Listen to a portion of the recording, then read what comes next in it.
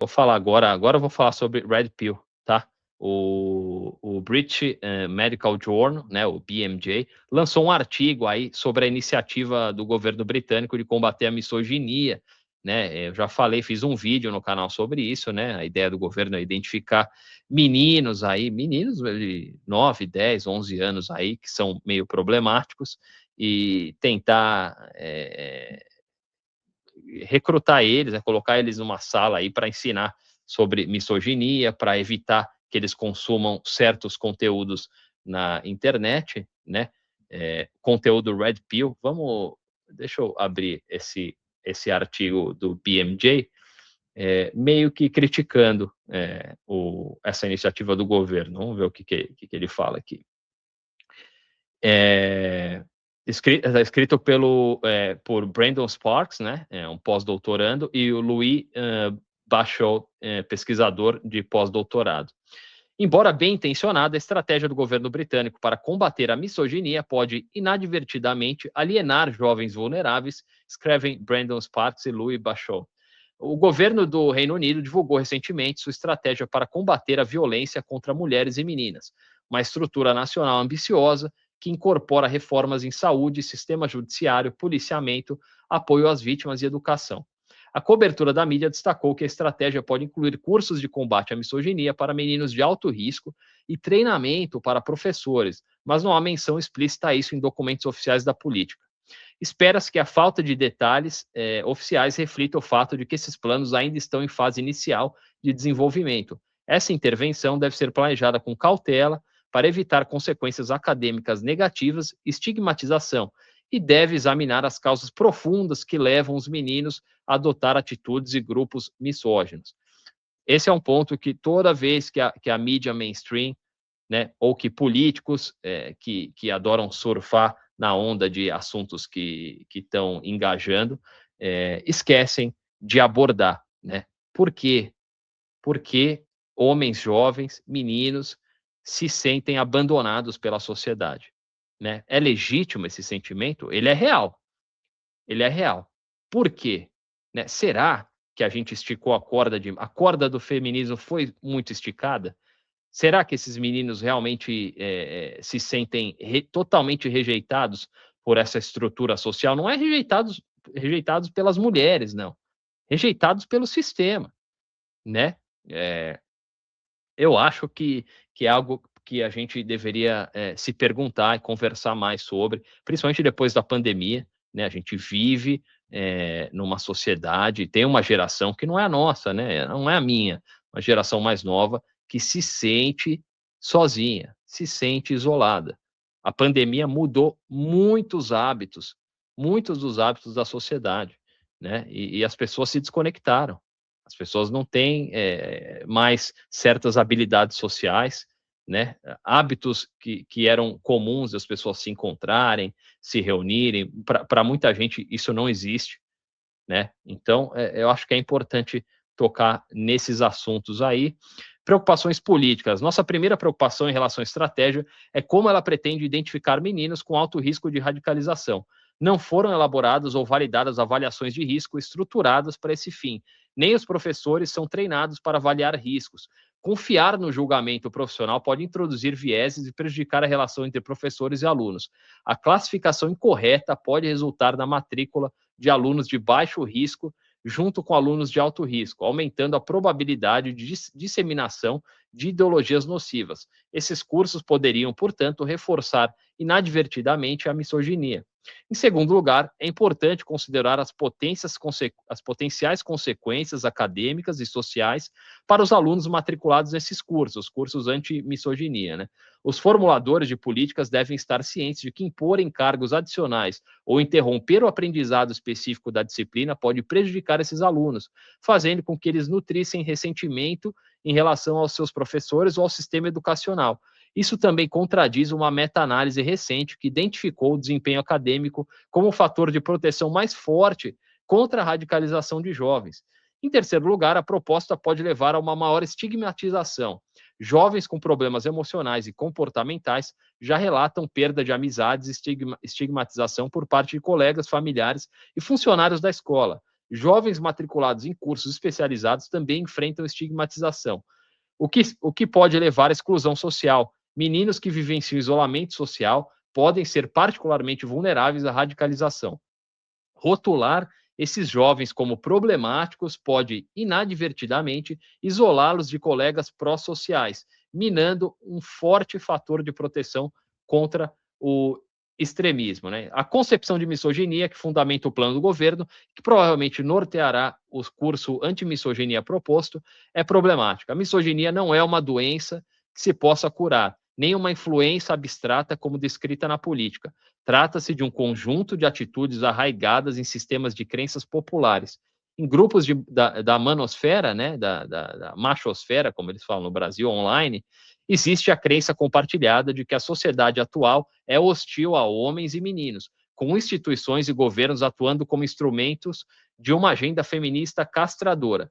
Tentativas governamentais bem intencionadas de educar meninos pode alienar aqueles já propensos a abraçar tais narrativas conspiratórias.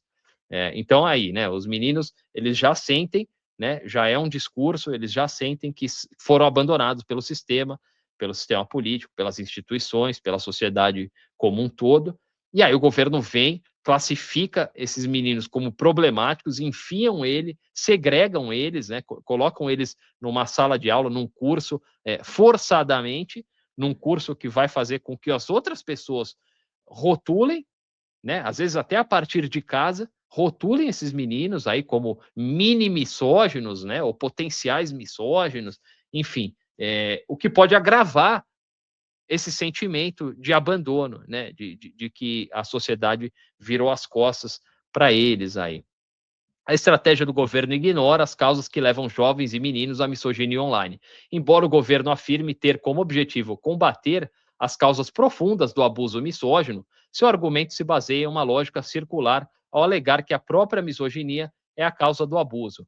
Uma análise genuína abordaria os adolescentes misóginos como jovens complexos, tanto psicológica quanto sociologicamente, com interesses e motivações próprias. Identificar as causas profundas exige uma compreensão mais profunda das experiências de vida que levam os meninos a se envolverem com ideologias misóginas, dos fatores sociais que facilitam esse envolvimento e das forças políticas ou comerciais que exploram e lucram com incentivo à misoginia. Sem uma consideração séria desses fatores, os meninos permanecerão vulneráveis a mensagens extremistas. Então, tá aí o artigo, muito bem escrito, né? Muito ponderado, gostei muito desse artigo. Acho que eu, como pai de menino, né, exploro muito esse tema. Eu sei o que é Red Pill, né? Eu sei filtrar, diferenciar conteúdos de qualidade. Tem muito conteúdo de qualidade, tá? Conteúdo de gente que fala com propriedade, que estuda isso há mais de 20 anos, gente que escreveu livro, gente com formação na área da psicologia, sabe, gente séria, que não tem um discurso agressivo contra mulheres, que não tem um discurso misógino, né? A Red Pill, o que é Red Pill? Red Pill é a pílula vermelha, né? Que representa a verdade. Para quem assistiu o filme Matrix, o Morpheus ele oferece para o Neo duas pílulas, a pílula azul e a pílula vermelha. A pílula azul ele continua acreditando numa ilusão, né, do sistema, e a pílula vermelha ele vai enxergar, ele vai conhecer a verdade. Então, a Red Pill é a verdade. Inclusive, tem aqui nos Estados Unidos, o Brasil ficou muito. Red Pill é essa questão do masculinismo, relacionamentos, né, homens e mulheres, o contraponto do feminismo, mas aqui nos Estados Unidos o Red Pill é usado de uma forma mais abrangente. Então, o cara foi. Eles até usam no passado, né? Red Pill, né, com ED no final. Red pilado, né, no passado. Então o cara foi red pilado na política, né? Agora você consegue enxergar a verdade da política, por exemplo, que não tem esquerda e direita, que existe uma força maior que controla tudo, enfim. Então existe esse conceito do red pill em várias áreas, né? Mas nesse assunto, né, em relação ao masculinismo, esses grupos online, influenciadores, é o que pegou mais, principalmente no Brasil. E eu acho importante, se você é homem, acho importante você conhecer de verdade, saber filtrar bons conteúdos. Se você é pai de menino, acho fundamental entender, porque o teu filho tá sujeito a cair, a acabar frequentando ambientes, mesmo online, em ambientes de muita agressividade, de muito ressentimento. Então, é importante você, como pai, estar atento para que ele não caia nisso, mas que ele entenda como as coisas funcionam, né? A Red Pill, ela traz muitas informações muito úteis, baseados em estudos, né, observacionais, estudos aí com aplicativos de relacionamento, por exemplo, né? Então você não tinha esses dados antigamente. Hoje você tem, né, dados de aplicativos de relacionamento que comprovam certas tendências, certos comportamentos, tanto dos homens quanto das mulheres, né? Então, por exemplo, algumas coisas que eles falam é que a mulher comum, ela não quer o homem comum, né? É a tal da hipergamia. A mulher quer alguém acima dela, né? Então, e é verdade, se você é um homem comum, se você não apresenta nada de diferente, nada de importante, você tem muito menos atenção. Isso são fatos, sabe? Os caras falam muito sobre melhorar você mesmo como homem, né? A minha conclusão, lendo alguns livros e estudando conteúdos que eu considero relevantes, que trazem esses dados, que falam de forma séria, que é uma coisa. Não tem nada que você possa fazer para a mulher, né, dentro de um relacionamento sério, não tem nada que você possa fazer para a mulher que vá. Que garanta que ela vá permanecer naquele relacionamento. Não tem o que você fazer. 80% dos divórcios são solicitados por mulheres, né?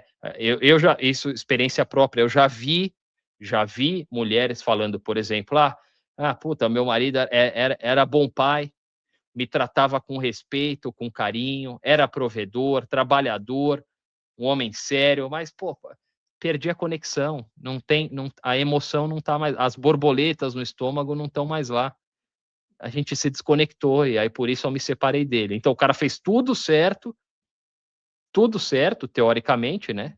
Pelo que mulheres falam aí, pô, não, o cara, se for um cara que respeita, um cara que é trabalhador, cara que é bom pai, está presente, mesmo esse cara acaba sendo, pode ser abandonado. Então não tem o que você fazer para a mulher que vai garantir que ela vai permanecer no relacionamento, né? Então você pode fazer por você.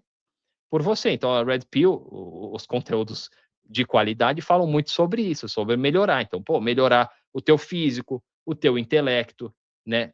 Desenvolver habilidades sociais, né? Ser um cara que consegue ir a lugares, interagir com as pessoas, conversar, não se envolver com drogas. Olha a mensagem dos caras, tá? Não se envolver com drogas, não se envolver com álcool, largar a pornografia, que é um dos grandes maus aí, que tem destruído os homens jovens, os meninos, pornografia, apostas online, videogame. Eu gosto de videogame é muito legal, mas se você passar a porra do dia inteiro, a tua vida, fumando maconha e jogando videogame, você é um fudido.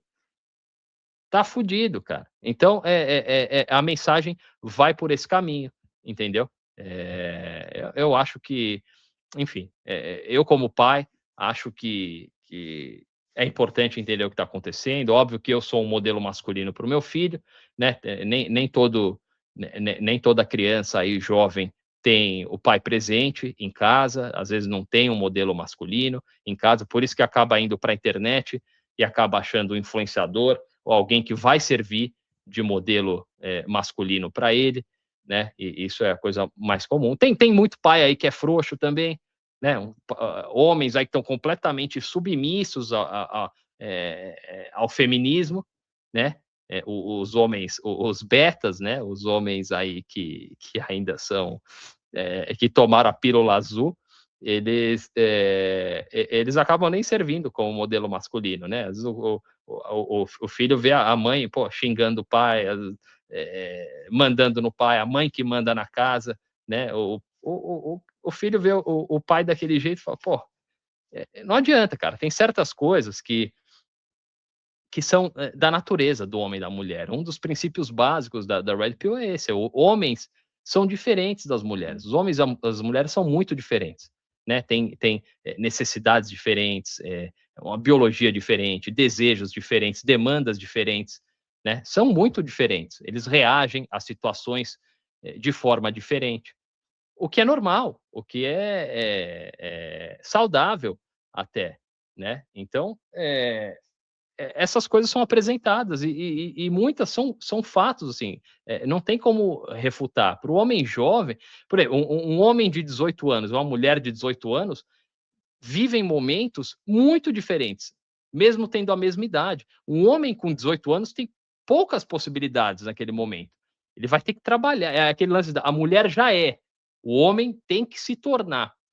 Né? Então, um homem de 18 anos, ele está o quê? Pensando o que ele vai estudar, o que ele vai fazer na vida dele, qual vai ser a profissão dele. Ele vai ter que tomar várias decisões para, a partir dali, construir alguma coisa e se tornar alguém interessante, alguém que vai receber atenção.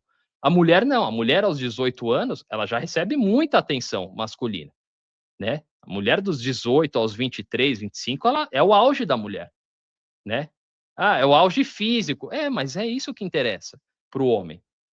Na hora que o homem pensa num relacionamento, essa é a primeira coisa que o homem pensa. Não adianta falar que não. Você vai, pô, não, a mulher, não, eu fiquei dos 20 aos 40 estudando muito, né? A mulher, dos 20 aos 40 estudando muito e ganhando muito dinheiro, aí com 40 que eu resolvi pensar em, de repente, me relacionar com alguém, ter filhos. Com 40 anos, um homem de valor, um homem fisicamente em forma, um homem com uma boa posição social, com um bom trabalho, com uma situação financeira estável, ele não está procurando uma mulher de 40, tá? Isso a gente está falando na média, óbvio. Mas porque é sempre assim, quando entra nesse assunto a pessoa fala, não, mas na minha, dane-se, não é na média, a gente tem que falar da média. Se a gente for analisar caso a caso, tem mais de 8 bilhões de pessoas no mundo, não é assim que funciona, né? Então, eu acho importante, eu acho que é um assunto aí que quando as pessoas abordam a mídia mainstream ou pessoas que não estão familiarizadas com o tema, que só viram por cima, abordam sem conhecimento, né? É uma nova era, principalmente, como eu falei, depois do Covid, as coisas mudaram muito com as redes sociais, né? A mulher, ela tem uma demanda muito grande por atenção e hoje ela tem atenção infinita. Qualquer mulher, mesmo que não seja uma mulher linda, ela monta um Instagram, começa a postar foto de biquíni, e até curioso, eu vi outro dia uma pesquisa falando sobre isso, que são homens mais velhos que ficam ali naquelas páginas, ou em página de mulher aí, que posta foto sensual, falando, você tá linda, maravilhosa, é homem mais velho. Homem jovem, os homens mais jovens, os meninos, tem meninos aí que mandam mensagem para a mulher mandando ela vestir a roupa, tá? Os homens não estão mais interessados nessas mulheres vulgares, porque o feminismo vendeu essa ideia, que a mulher pode fazer tudo, né? Na verdade, o feminismo, no início, é muito interessante, porque a mulher realmente ela merece ter os mesmos direitos civis do homem, né? Ninguém vai negar isso, né? Como ser humano, a mulher merece todo o respeito, dignidade e todos os direitos civis e legais assegurados. Só que passou disso, né? Hoje um feminismo luta para que as mulheres não tenham que lidar com as consequências de certas atitudes, né? Por que um homem sai com um monte de mulher e todo mundo acha que é legal e uma mulher que sai com um monte de homem é rodada, é vagabunda? Essa é uma percepção dos homens. A mulher ela seleciona, o homem é selecionado. O homem tem que apresentar alguma coisa para se destacar no meio dos outros homens para que a mulher selecione ele. A mulher não, né? A mulher não. A mulher é outra história. É muito diferente nessa dinâmica aí. Tem circulado por aí a Sabrina Carpenter, né? A cantora americana, né? Está fazendo uma tour aí e ela fala na música dela, ela fala que os homens são inúteis, né? Tem um refrão, todo mundo canta aí, tá viralizando para todo mundo e muita gente achando legal. Aí a Sabrina Carpenter, né? O homem é inútil mesmo, não sei o quê. E esse é um discurso aí que o feminismo propaga, que é perigosíssimo. Você colocar os homens como inúteis. É muito perigoso, porque eu acabei de dar notícia aí, por exemplo. Acabei de dar notícia. A gente pode estar há algumas semanas num colapso social, econômico, que a nossa geração nunca viu, por causa da guerra, por tudo que está acontecendo. Num cenário de colapso total, em que a gente tem que sair na rua e cada um defender a sua família, lutar na rua por comida, né, essa vida confortável da civilização moderna e acabar, qual vai ser o papel da mulher? Qual vai ser o papel do feminismo? Que vai ser de uma mulher que não tem homens ali para protegê-la? Pensa nisso. Né? O feminismo ele só existe, a gente tem que pensar no o progressismo, o feminismo, como a camada superior, né, de toda uma estrutura que vem abaixo. Né? É a primeira que vai desaparecer na hora que for dente por dente, olho por olho. Né? Então é importante entender, a gente já falou várias vezes, não vai falar de o homem que vai para a guerra, mas porra, toda a infraestrutura que garante esse nosso modo de vida confortável, água chegando na tua torneira, né, a rede de esgoto, as construções, a manutenção, a criação da infraestrutura, a manutenção, né, a garantia de que ela permaneça funcionando é praticamente toda feita por homens, né? Então não existe um mundo sem homens. Tudo que a gente conhece praticamente depende dos homens. Né? A gente tem falado sobre inteligência artificial. Porra, as mulheres, a maioria das mulheres trabalham eles chamam aqui de white collar jobs, né? Trabalhos de escritório. Esses trabalhos vão ser os primeiros a desaparecerem. Como é que vai fazer? Né? Então, eu acho que a corda foi esticada demais. Né? A gente viu a ascensão progressista aí a partir de 2010, né? E no pós-pandemia aí muitas coisas mudaram. Eu vejo hoje, sinceramente, eu vejo hoje esse progressismo radical. Ele é tipo, progressismo é tipo aquela criança, uma criança com deficiência, né, que tá num jogo ali, ela tá jogando com as outras crianças, e todo mundo deixa ele fazer um gol. Não, deixa ele fazer o gol, tal. Ele faz o gol, e você ganhou o jogo. O progressismo é meio como isso, né? É você tratar todo mundo como um vencedor, tudo pode, né? Você pode ser gordo, não faz mal para sua saúde. Pode ser gordo, pode trocar de sexo, pode se identificar como um cachorro, um gato, né? A gente tem que abraçar tudo. Tudo isso aí é ótimo. Você pode, não, fulano toma 30 antidepressivos, que maravilha, a gente te ama, você é maravilhoso, né? Ninguém identifica os problemas, tudo é aceito. A única coisa que é problemática é o homem hétero saudável. Esse é problemático, esse é horrível, péssimo. E como que a gente vai resolver o problema desse cara? Né? Às vezes o cara é trabalhador, pai de família, pô, não, foda-se, eles crucificam. Né? Então virou um movimento aí, uma caricatura de movimento, uma coisa ridícula, né? Que não, qualquer pessoa com bom senso não tem como abraçar, né? Sabe? É muito absurdo. Um homem aí que se veste como mulher pode representar todas as mulheres, tá? Isso aí é bonito pra caramba. Pô, vamos abraçar. Todo mundo tem que abraçar essa ideia. Todo mundo tem que aceitar. Um homem se veste como mulher, pode representar todas as mulheres, pode ser eleita a mulher do ano. Maravilha. Agora, um homem que diz que quer construir uma família e que, de repente, quer ter uma mulher que não trabalhe, que só cuide da casa e dos filhos, nossa, que opressor, que homem horrível, cara. É isso, cara. Não tem jeito, né? Tem uma inversão terrível de valores aí. Então, eu acho que é importante conversar e pensar sobre tudo isso. Não ligo se alguém discorda, né? Porque não dá para passar a vida inteira. Eu estou com 42 anos, já estou velho, já passei da metade da minha vida. Não tenho por que ficar agradando ninguém, falando o que as pessoas querem ouvir, né? E a gente, esse tipo de assunto, às vezes, quando a gente vai falar, a gente acaba trazendo muito a nossa experiência, né? Assim, às vezes a gente tenta justificar as nossas escolhas na vida, né? Então, pô, eu sou casado e não tenho filho, aí a pessoa defende com a puta paixão não ter filhos, né? E vice-versa também. Todo mundo às vezes se preocupa demais em justificar as próprias escolhas na vida, né? E nem sempre tem que ser sobre isso.